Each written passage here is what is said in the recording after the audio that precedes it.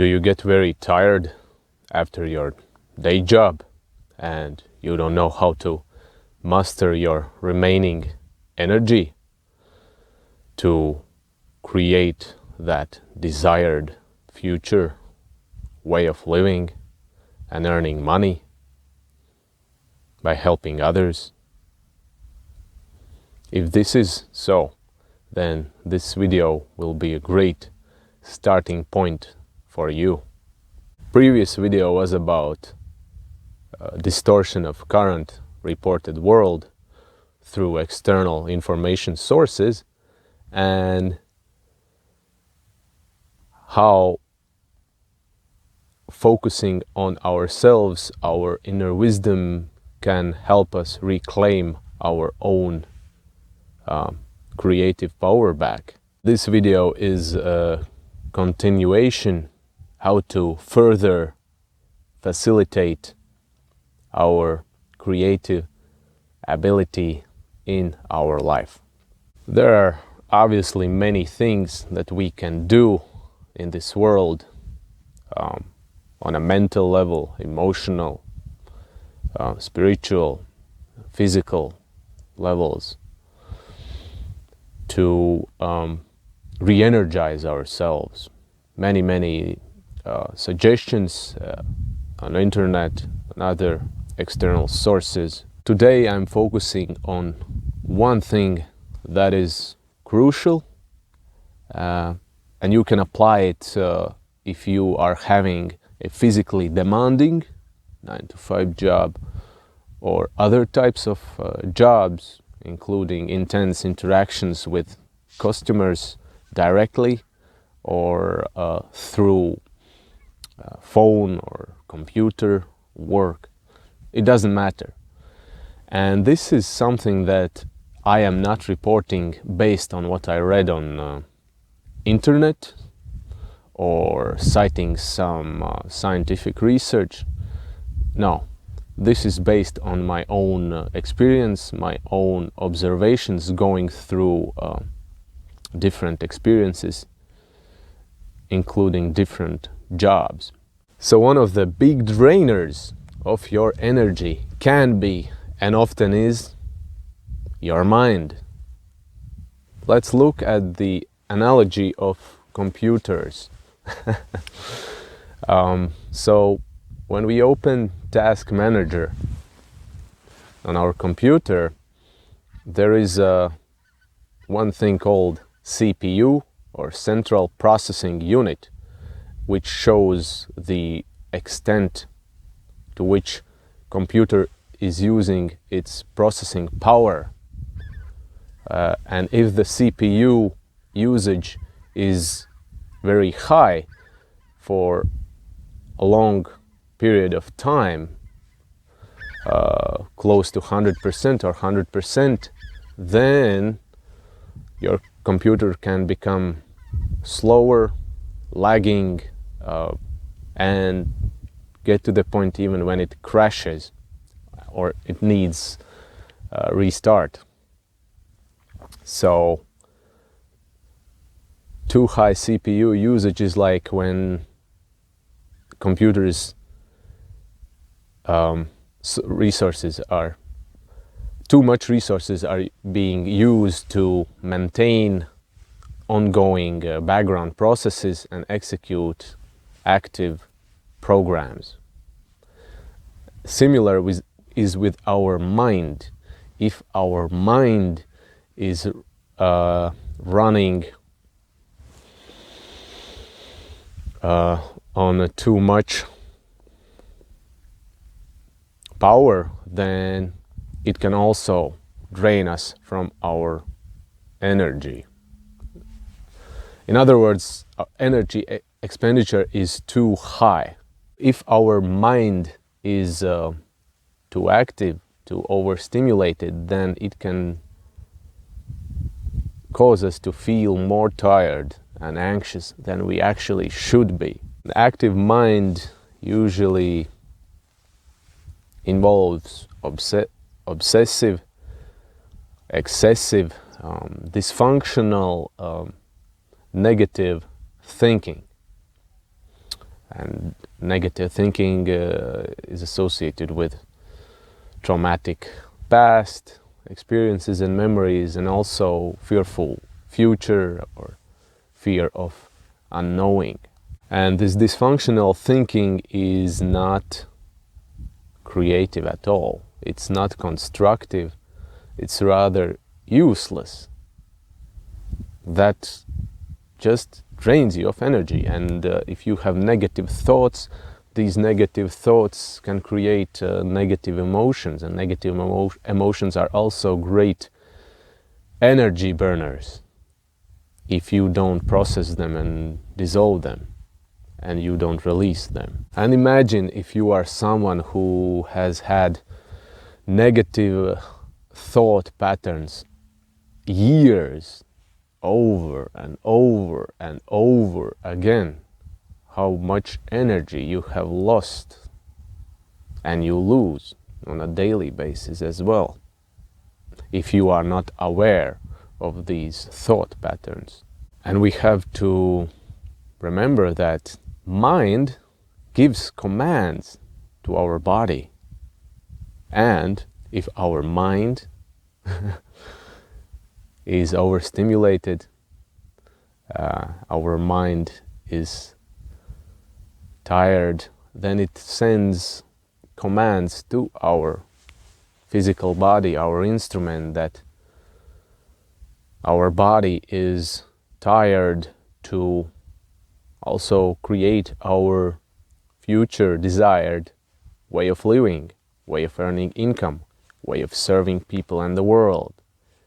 And naturally that creates, not naturally, but consequently that creates resistance to take action and create that desired future. When our mind is overwhelmed, scattered thoughts here and there, our energy is also scattered. It becomes increasingly difficult for ourselves to make a decision, to focus, to prioritize. We are confused beyond limits. Decluttering our mind allows us to hold, or in other words, to create space for creativity. Creativity has always been there and always is. The question is, are we aware of that these creative impulses, creative thoughts and ideas want to express through ourselves as us being instrument for creative consciousness? And are we allowing these creative impulses to be realized, be materialized by transcending our yet unprocessed limiting beliefs that we can work out over time? How do you declutter your mind? Again, for each and every individual, the types of things that they can do can differ. For me personally, my primary way how I declutter my mind is I limit my digital content consumption or digital screen time. Otherwise, my brain becomes like a junkyard, full with unnecessary and useless negative topics, themes, thoughts that flow around. And it can take time to clear that out. When I limit my information intake and screen time, it allows me to more easily receive creative thoughts, ideas, impulses. And it also lessens if there is inner unease or inner stress, or you could say inner hysteria.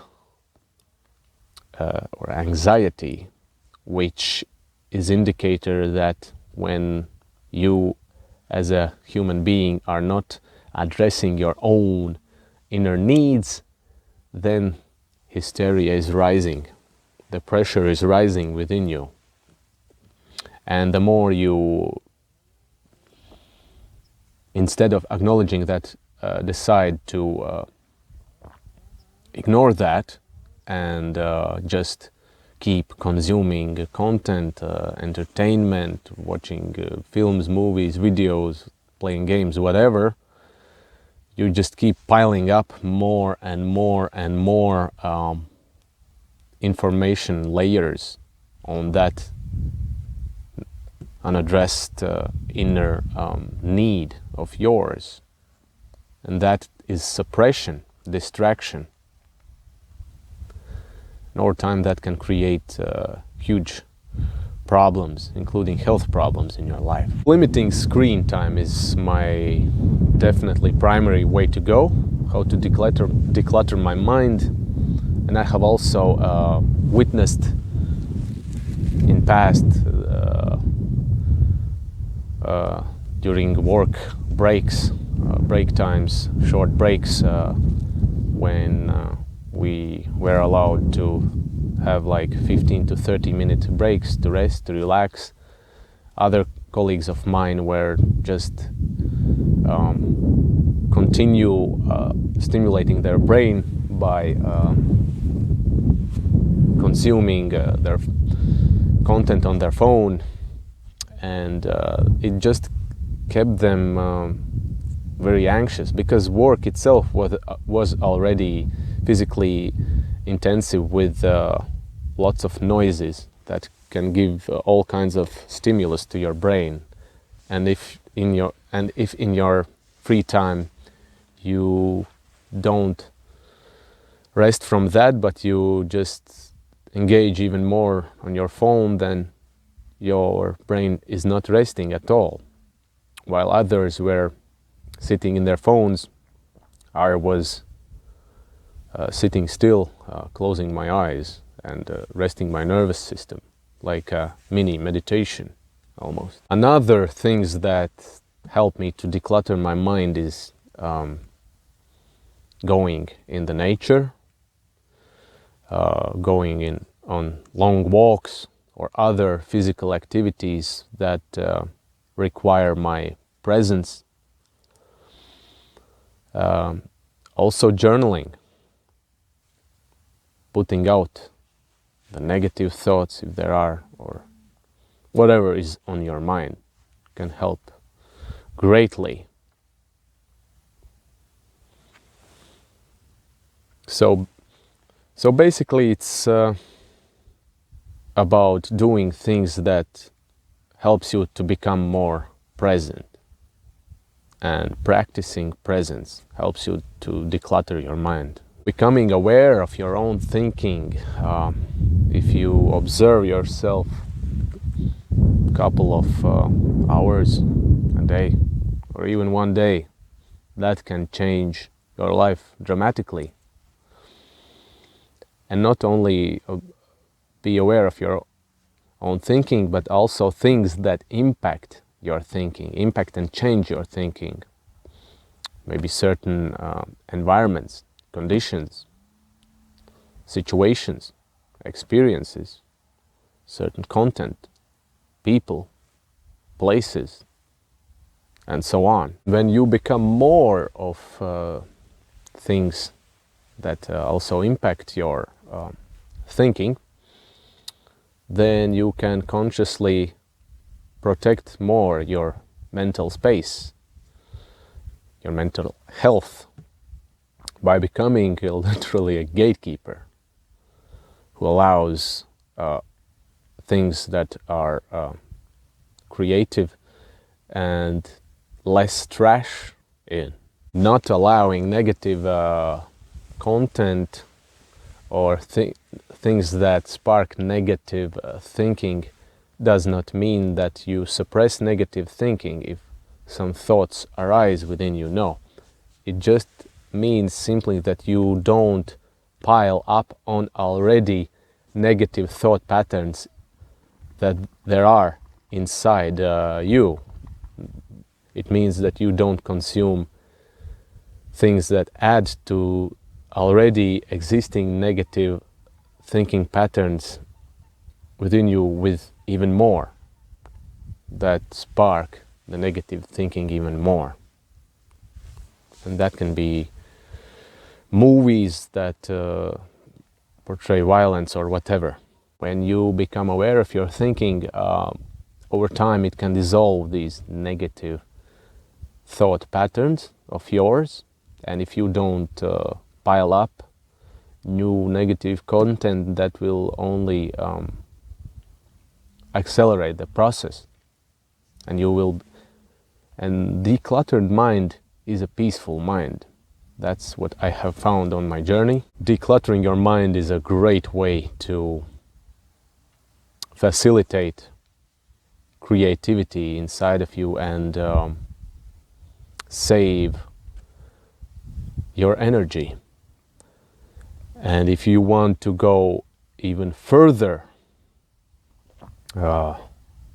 steps to facilitate even more creativity in your life, then watch my next video about energy audit. I'll see you there.